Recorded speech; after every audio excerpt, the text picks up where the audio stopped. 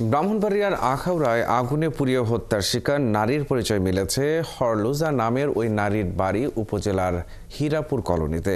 প্রাথমিকভাবে আটককৃত ব্যক্তির কাছ থেকে জানা গেছে, মেয়েকে বিয়ে দিতে রাজি না হওয়ায় তার মাকে হত্যা করে সে। তবে পুলিশ বলছে, মাদকাসক্ত হওয়ায় আটককৃত ফারহান রনি উল্টাপাল্টা তথ্য দিচ্ছে। জালালউদ্দিন রুমির তথ্য ও ছবিতে প্রতিবেদন।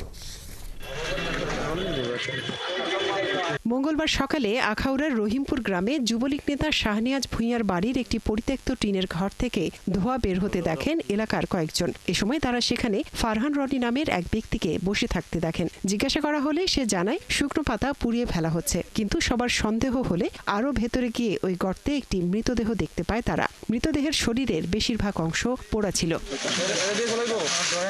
এ সময় রনি রেগে গিয়ে তাদের ওপর হামলে পড়ে। এরপর গ্রামের আরও লোকজন ঘটনাস্থলে ছুটে আসে। পরে পুলিশ এসে রনিকে আটক করে। এরপর তার দেয়া তথ্য অনুযায়ী পাশের একটি জমিতে লুকিয়ে রাখা নিহতের কাটা মাথা উদ্ধার করা হয়। টিনের চালের ভিতর থেকে ধুমা আসতেছে, তো সেই ধুমা দিকে সন্দেহমূলক এই বাড়িতে একজন ছেলে তো ওই নিজের বাড়ি এরিয়া, তো বলছে কি আমার তো রাত্রে 2টা রাজা গেছে, তুই কি দেখছিস নি?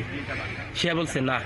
তো ওখানে ধুমা কিসের জন্য টিনে করে দিতে, তো এর হাতা ফুতা ঘুরে রাখছি, তো এমনি ধুমা ছুটতেছে। পুলিশে গিয়ে তদন্ত মতো কইরা যে যাতে সরকারের কাছে আমাদের আবেদন না আসামিরা ফাঁসি দিও, আমি আর খুঁজতেছি যারা এই ঘটনা করছে তাদের ফাঁসি দেয়। পুলিশ জানিয়েছে, প্রাথমিকভাবে আটককৃত রনি ঘটনার সাথে সম্পৃক্ততার কথা স্বীকার করেছে। তবে মাদকাসক্ত হওয়ায় সে নানা তথ্য দিচ্ছে।